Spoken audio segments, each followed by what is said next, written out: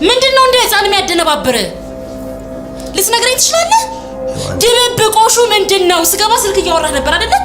ለምን ዘጋኸው?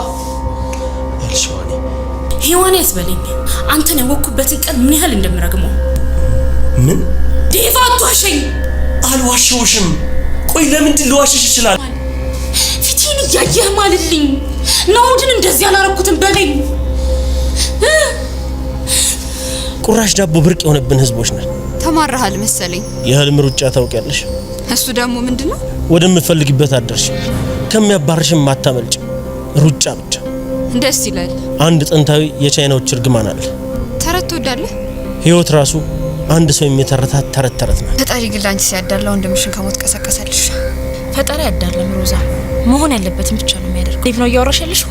አዎ፣ የኛ ዳዊት እኮ የሚናገረውን እንጂ የሚያስበውን በፍጹም አናውቅም። ይቅርታ ሮዛ፣ እዚህ መጣሽ እሱን ለመውቀስ ከሆነ የተሳሳተ ቦታ ላይ ነው ያለሽው። ቆይ አንተ በቀል ነው የምትፈልገው? አዎ በቀል ነው የምፈልገው። ስለዚህ ሽጉጥ አንስተህ ተኩስብኝና ድካም ሁሉ ይቀልልሃል። አዎ ነገር ግን እጄን ለጊዜው ባንተ ደም ማቆሸሽ አልፈልግም። ካልሆነ ደግሞ በህግ እንድጠየቅ እኮ ማድረግ ትችላለህ። እኔ በገዛ እጄ ከምሰጠህ ፍትህ በላይ ህግ የሚሰጥህ ሊያረካኝ አልቻለም። ናኦድ ጥፋተኛ ነህ ብለህ የምታስብ ከሆነ ግደለኝና ፋይሉን ዝጋው። ያ እብድ ሰውዬ ጭንቅላትን ሊበትንልህ ቀን እየጠበቀልህ ነው።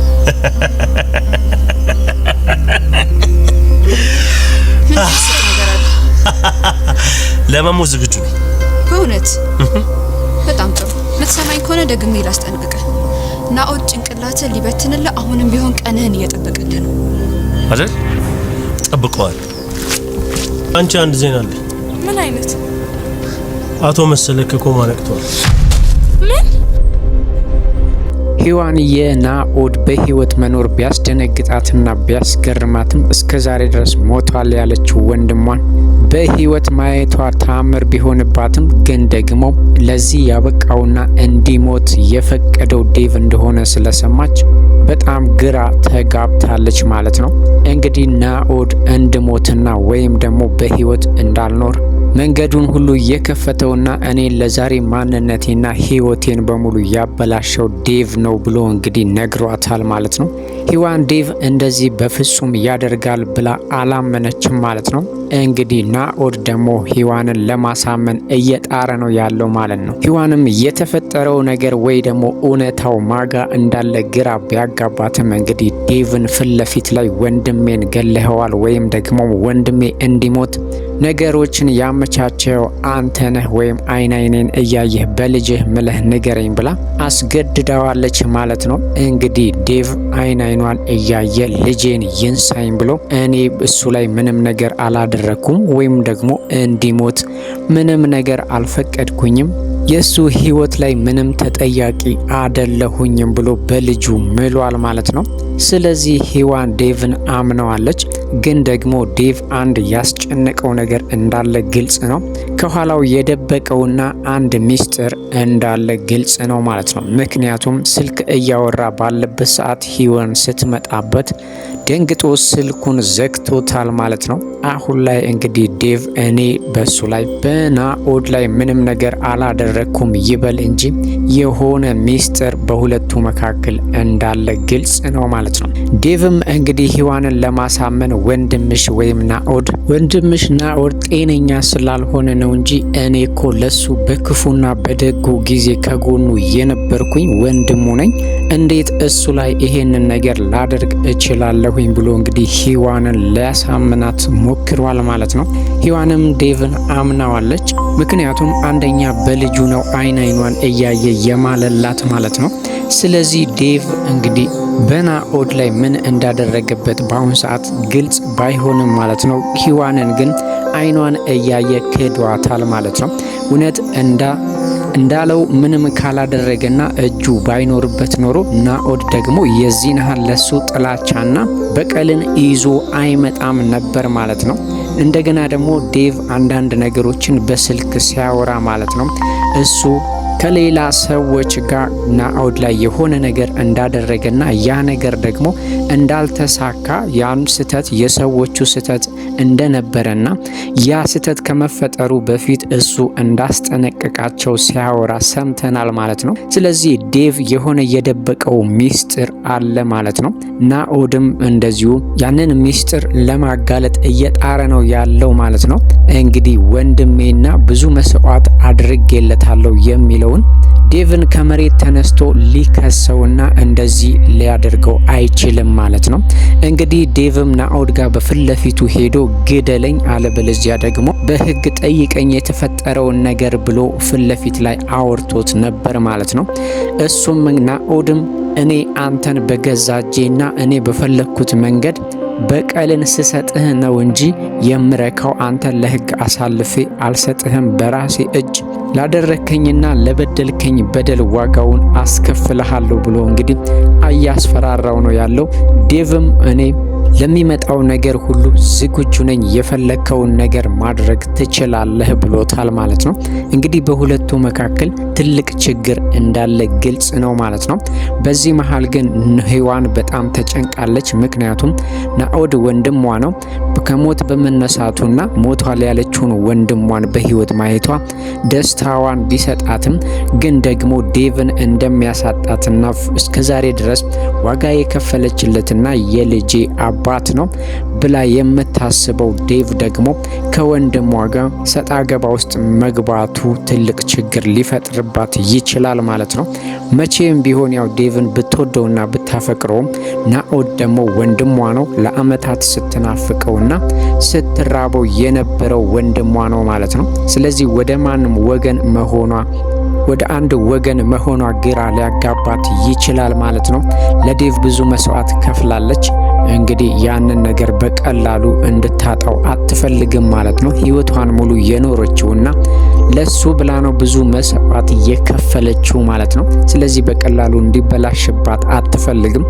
እንደገና ደግሞ ናኦድ ወንድሟ ነው። እሱ ደግሞ ዴቭን መበቀልና ማጥፋት ይፈልጋል ማለት ነው። እንግዲህ ከሁለቱ በተሻለ ለሔዋን በጣም ትልቅ ጭንቀት ነው የሚሆንባት ማለት ነው። እንግዲህ ዴቭም እኔ በፍጹም አላደረኩትም ይሄንን ነገር በናኦድ ላይ ምንም ነገር አላደረኩም ብሎ አይኗን እያየ በልጇ እንደማለ ለናኦድ ስትነግር፣ ናኦድ ደግሞ ዴቭ ከግብረ አበሮቹ ጋርና ናኦድ ላይ አደጋ ካደረሱበት ሰዎች ጋር ቀጥታ ስልክ ሲያወራ የድምጽ ቅጂ አሰምቷታል ማለት ነው። ናኦድ መታሰር አለበት፣ መታሰር ካልቻለ ደግሞ መሞት እንዳለበት የሚያስረዳ የድምጽ ሪከርድ ትክክለኛ የዴቭ ድምጽ የሆነ ትዕዛዙን ሲሰጥ አሰምቷታል ማለት ነው። እንግዲህ ሔዋን አሁን ላይ በጣም ግራ ተጋብታለች። ማንን ማመን እንዳለባት ግራ ገብቷታል ማለት ነው።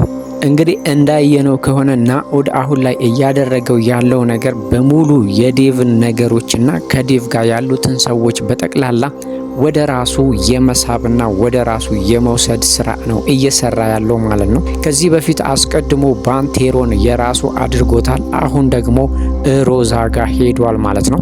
ሮዛ ደግሞ ናኦድን ከመተባበርና እሱን ከመርዳት ወደ ኋላ እንደማትል ግልጽ ነው። ምክንያቱም ከዚህ በፊት ዴቭን ለማጥፋት ብዙ ጥረት አድርጋ አልተሳካላትም። ምናልባት ናኦድ ከተሳካለት ብላ እንግዲህ ዴቭን ለማጥፋት ከናኦድ ጋር መሆኗ የማይቀር ነው ማለት ነው። ናኦድ በዚህ ብቻ አላበቃም። እንግዲህ ትንሿ ሉሊትንም ለመበረዝና ለዴቭ ያላትን አስተሳሰብና አመለካከት ለመቀየር እየሞከረ ነው ያለው። ዴቭ በጣም መጥፎ ሰውና አንቺ እንደምታዩና ወይም ደግሞ አንቺን እዚህ ያመጣሽ ራሱ ለጥቅሙ ነው።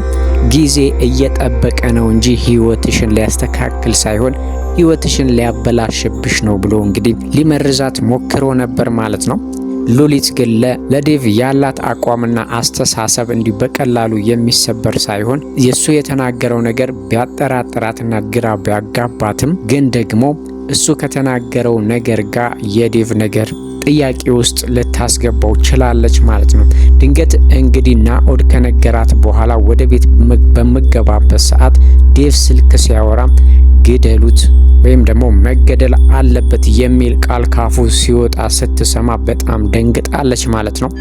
እንግዲህ ሉሊት እስከዛሬ ድረስ ዴቭን በእንደዚህ አይነት ሁኔታና በእንደዚህ አይነት ቃላቶች አይታውም አታቅም፣ ሰምታም አታቅም። ለሰዎች ጥሩ ሲውልና ለሰዎች ራሱን ሲያጋልጥ ለሰዎች ብሎ ትልቅ መስዋዕት ሲከፍልና ህይወቱን ራሱ አደጋ ላይ ሲጥል ነው የምታውቀው። አሁን ላይ ደግሞ ናኦድ ከነገራት ነገር ጋር ተገጣጥሞ የዴቭን ነገር ጥያቄ ውስጥ እንድታስገባውና ዴቭን እንድትጠራጠረው አድርጓታል ማለት ነው። ይሄ ብቻ አይደለም እንግዲህ ዴቭ ይሄንን ነገር ካወራና ሲያወራ ከሰማችው በኋላ ወደ አጠገቧ ሲመጣ ራሱ በፍህራት ነበረ እያዋራችው ያለችው ማለት ነው። ስለዚህ እንግዲህ ናኦድ በዙሪያው በዴቭ ዙሪያ ያሉትን ሰዎች በሙሉ በመጥፎ አስተሳሰብ እየበረዘ ዴቭን ብቻውን ሊያስቀረውና ከዛ በኋላ እሱን ማጥቃት በሚፈልገው መንገድ ሊያጠቃው እየሞከረ ነው ያለው ማለት ነው። ናኦድ አሁንም በዚህ ብቻ አላበቃም። እንግዲህ አቶ መሰለም በህይወት እንዳሉና ከኮማቸው ነቅተው እያገገሙ እንደሆነ ለትንሿ ሉሊት ነግረው አስደንግጧታል ማለት ነው።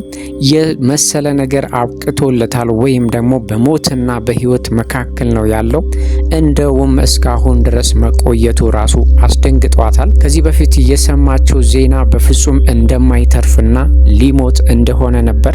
አሁን ደግሞ ናኦድ ለሉሊት ከኮማው ነቅቶ እንዳገገመና እንግዲህ በቅርቡ ደግሞ ፊት ለፊቷ እንደሚመጣም ነግሮ አስደንግጦ አስፈራርቷታል ማለት ነው። ስለዚህ ናኦድ እየሄደበት ያለው መንገድ እንግዲህ ዴቭን እንኩትኩቱን የሚያወጣውና ብቻውን የሚያስቀረው ነው ማለት ነው። በዚህ ላይ ደግሞ ሮዛን በእጁ አስገብቶ ሮዛ ደግሞ እቤት ድረስ መታም ዴቭን ለማስፈራራት እየሞከረች ነበር ማለት ነው። ናኦድ ይገልሃል፣ እንግዲህ አንተን ለመግደል ዝግጅቱን ጨርሶ ቃታውን መሳብ ብቻ ነው የቀረው ብላም ዴቭን ለማስፈራራት ሞክራለች ማለት ነው። ዴቭ ግን የመጣው ይምጣ፣ ዝግጁ ነኝ፣ በሚፈልገው መንገድ አስተናግደዋለሁኝ ብሎ ሐሳቧን ውድቅ አድርጎባታል ማለት ነው። እንግዲህ ሮዛ ብዙ ችግር ላይና ብዙ መከራ ላይ እንደሆነች ግልጽ ነው። በዛ ላይ ደግሞ ለናቴ ሞትና እኔ አሁን ላለሁበት ነገር በሙሉ ተጠያቂዎቹ እነ ዴቭ ናቸው ብላ እያሰበች ስለሆነ ናኦድ በሚላት መንገድ ሁሉንም ለመበቀልና ሁሉንም ለመጉዳት መሞከሯ የማይቀር ነው ማለት ነው። ዴቭ ግን የመጣውን ነገር በጠቅላላ ለመቀበልና ናኦድንም በሚፈልገው መንገድ ለማስተናገድ ዝግጁ ነው ማለት ነው። እንግዲህ ነገሮችን ቢያድበሰብስና እኔ እሱ ላይ ምንም ነገር አላደረኩበትም ብሎ ቢልም ናኦድ ግን በትክክል በማስረጃ ትልቅ ችግር እንደፈጠረበትና ሊገለውም እንደሞከረ ከማስረጃ ጭምር እንግዲህ እያሳየን ነው ያለው ማለት ነው። ዴቭ እንግዲህ ከመሬት ተነስቶ መቼም ይሄንን ነገር ሊያደርግ አይችልም።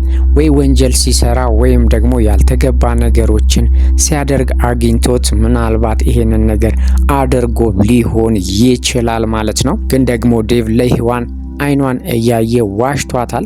ይሄ ውሸቱ እንግዲህ የት ድረስ እንደሚወስደው ባናቅም ግን ደግሞ እውነታው ማጋ እንዳለ ራሱ በትክክል ማወቅ አልቻልንም ማለት ነው።